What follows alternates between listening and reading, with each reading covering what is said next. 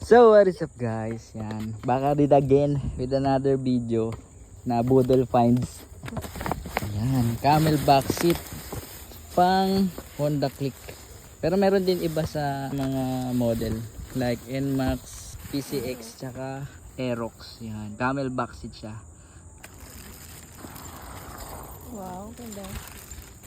So guys, ito yung camel back seat. Lalagay ko na lang yung link sa description or sa mismong video kung saan natin to nabili, then install natin kasi ito yung stock na upuan kapag pinalit.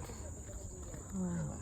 Ayan, nabaklas ko na pala yung para sa ano dito, may free na pala siyang ganito. So guys, kabit natin. Tada. Ang bilis eh na. Kabit natin yung bago. Ganin muna natin to. Okay, ganda nga.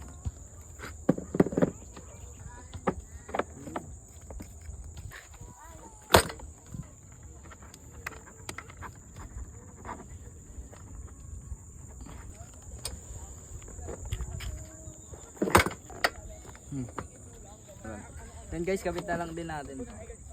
So guys, ito nakabit na natin yung camel back seat ng Click. Ayan, premium yung datingan niya. Kaya ang ganda. Carbon design, this camel.